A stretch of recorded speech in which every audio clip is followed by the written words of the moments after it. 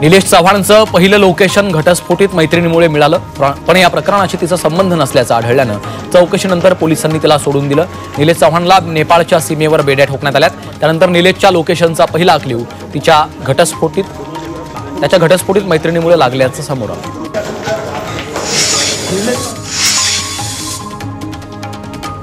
पुणे शहरातील शस्त्र परवान्याबाबत माहिती घेणार असल्याचं उपमुख्यमंत्री अजित पवारांनी म्हटलंय। तर पिस्तूलचं लायसन्स द्यायचा जसा अधिकार आहे तसा तो रद्द करण्याचा अधिकार असल्याचं देखील अजित पवारांनी म्हटलंय।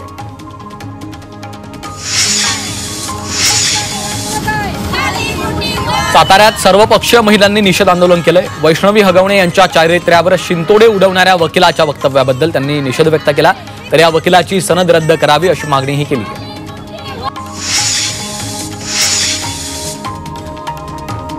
सिंहस्थ कुंभमेळा अमृत स्नानाच्या तारखा जाहीर करण्यात आल्यात। पुढील वर्षी म्हणजेच 31 ऑक्टोबर 2026 पासून कुंभमेळा पर्वाला सुरुवात होतीये। 24 जुलै 2028 पर्यंत कुंभमेळा सुरू राहणार आहे। कुंभमेळ्याबाबत नाशिक जिल्हाधिकारी कार्यालयात मुख्यमंत्र्यांच्या उपस्थितीमध्ये बैठक संपन्न झाली। यात साधू महंतांसंबंधीच्या अनेक विषयांवर चर्चा झाली आहे। सिंहस्थ कुंभमेळ्याबाबत मुख्यमंत्र्यांनी मोठं विधान केलं। पालकमंत्री येतात आणि जातात, पालकमंत्री पदावाचनं काही अडलंय का? सिंहस्थामध्ये राजकारण आणू नका असं फडणवीसांनी म्हटलंय। महाजन भुसे झिरवाळ मिळून काम करतील असं फडणवीसांनी म्हटलंय।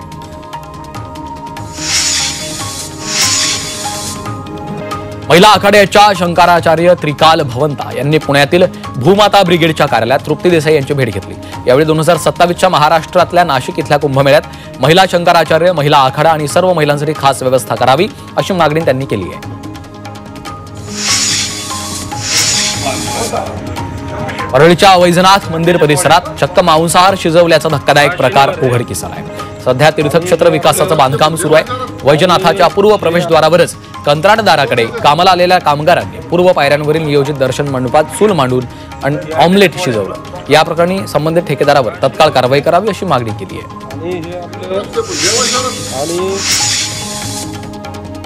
या प्रकरणी संबंधितांवर फौजदारी गुन्हा दाखल करावा आणि मंदिर प्रशासनाला देखील नोटीस द्यावी अशी मागणी भाजपच्या आध्यात्मिक आघाडीचे प्रदेशाध्यक्ष तुषार भोसले यांनी केली आहे।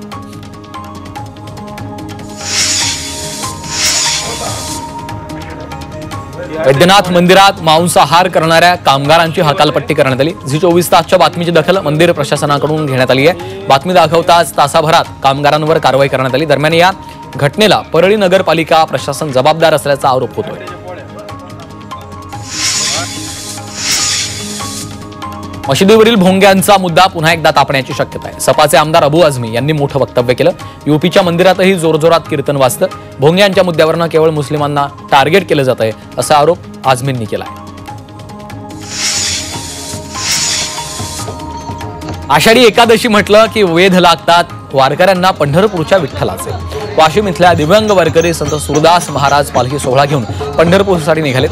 15 दिव्यांग वारकरी 35 दिवसात तब्बल 400 किलोमीटर पायी प्रवास करत हा पालखी सोहळा पंढरपूरला दाखल होणार आहे।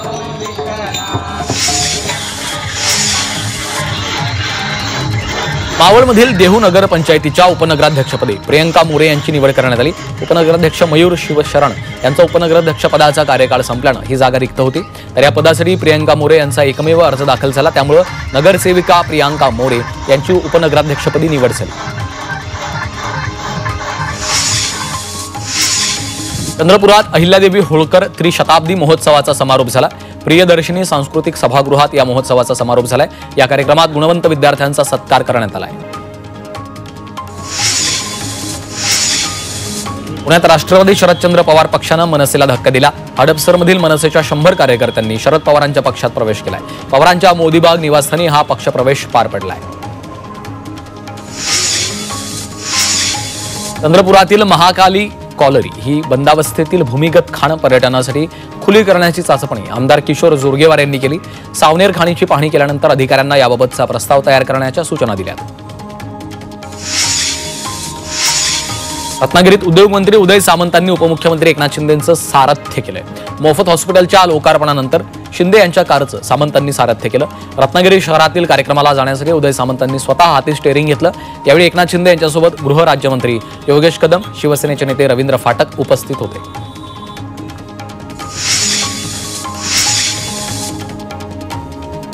राष्ट्रवादीचे पुणे शहराध्यक्ष आणि कार्याध्यक्ष जाहीर झाले. पुणे शहर पूर्व शहराध्यक्षपदी सुनील टिंगरेंची निवड झाली, तर कार्याध्यक्षपदी रुपाली ठोंबरे, हाजी फिरोज शेख यांची निवड झाली आहे. पुणे शहर पश्चिम शहराध्यक्षपदी सुभाष जगताप आणि कार्याध्यक्षपदी प्रदीप देशमुख, अक्रूर कुदळीची निवड झाली आहे.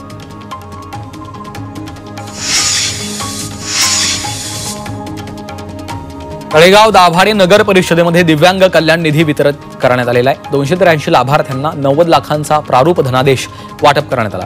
प्राप्त झालेल्या अर्जांची तपासणी दिव्यांग प्रतिनिधी छाननी समितीमार्फत करण्यात आली आहे. त्यानुसार पात्र ठरलेल्या दिव्यांगांना धनादेश देण्यात आला आहे. पुण्यामध्ये एका चहाच्या दुकानात भरधाव कार घुसली. या अपघातात 12 जण जखमी झाले. दरम्यान या जखमींची मंत्री चंद्रकांत पाटलांनी रुग्णालयात भेट घेऊन त्यांची विचारपूस केली, तर पाटलांनी पोलिसांकडून कारवाईचा आढावा घेतला. भारतीय रेल्वेतील सर्वात जुन्या रेल्वेगाड्यांपैकी एक असलेली पंजाब मेल 1 जूनला गौरवशाली 114व्या वर्षात प्रवेश करणार आहे. गेल्या 113 वर्षांपासून ही रेल्वेगाडी प्रवाशांच्या सेवेत आहे.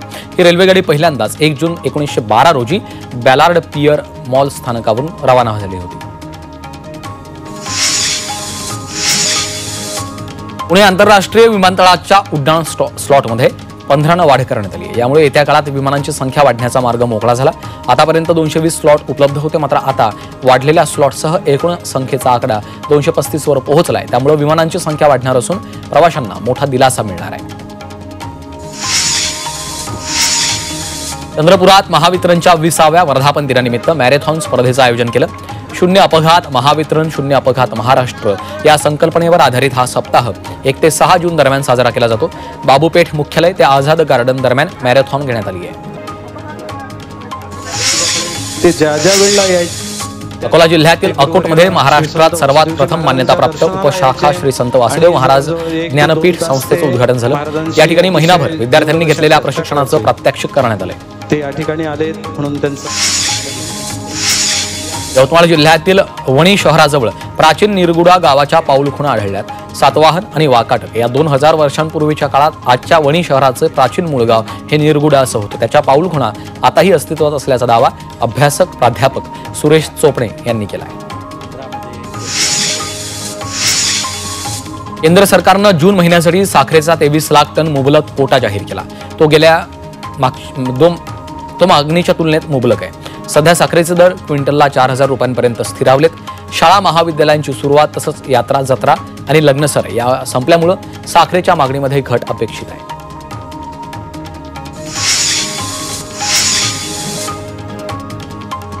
पुण्यात अनेक ठिकाणी गरज नसताना स्पीड ब्रेकर बसवले जात आहेत. त्यामुळे अपघातांची संख्या वाढली. पोलिसांची ना हरकत घेतल्याशिवाय स्पीड ब्रेकर बसवू नका असे आदेश पथविभागाच्या मुख्य अभियंत्यांनी दिले.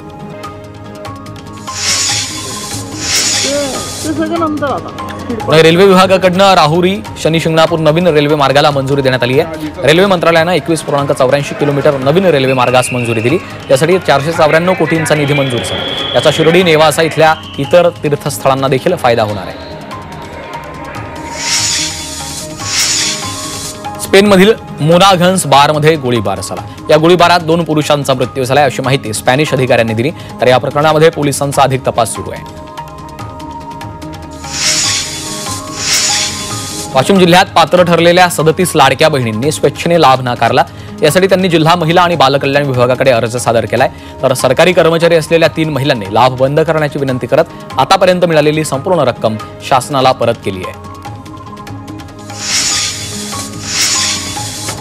गोंदियाच्या अर्जुनी मोरगावात गोठणगाव इथं बिबट्याच्या हल्ल्यात 6 वर्षीय चिमुकली जखमी झाली. रात्री 8 वाजायच्या सुमारास अंगणात उभी असताना बिबट्यानं हल्ला करून तिला जखमी केलं.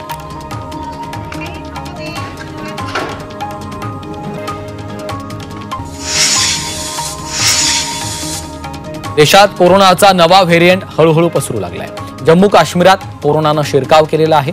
जम्मू काश्मीरमध्ये कोरोनाचे 7 रुग्ण आढळून आलेले आहेत. त्यापैकी यामध्ये काश्मीरमधील 4 तर जम्मूतल्या 3 रुग्णांचा समावेश आहे.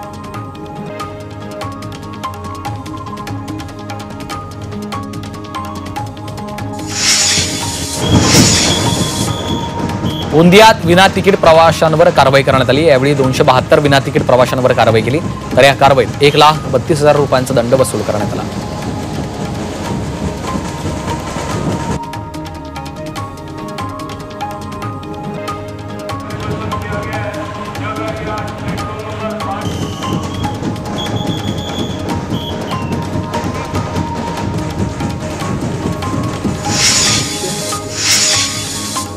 पिंपरी चिंचवडमध्ये चोरी झालेले 40 लाखांचे 137 मोबाईल नागरिकांना परत करण्यात आले.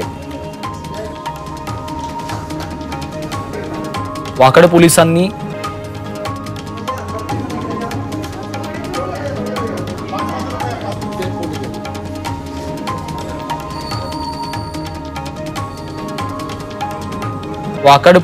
ही चोरी झालेले मोबाईल नागरिकांना परत केले, त्यामुळे नागरिकांनी समाधान व्यक्त केलंय.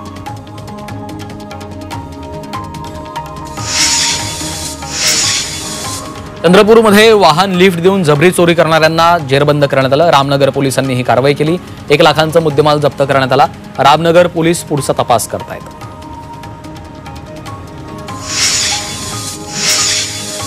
मालाड दरोड्यातील आरोपीला यूपीतनं अटक केलेली आहे. एका चपलेमुळे दरोड्यातील चोरटा पोलिसांना सापडला. तब्बल 1 महिन्यापासून या प्रकरणाचा तपास सुरू होता.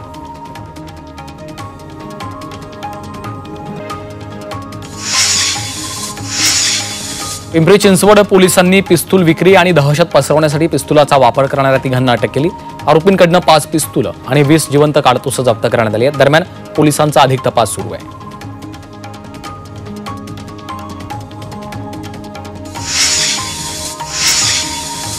उल्हासनगरच्या सीताराम म्हात्रे नगरमधून गुन्हे शाखेच्या पथकानं मोठी कारवाई केली.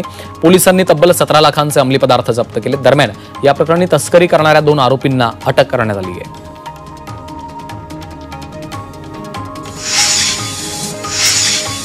चंद्रपूर जिल्ह्यातील विविध उद्योगात कार्यरत असलेल्या परप्रांतीय कामगारांची पोलीस पडताळणी केली जाते.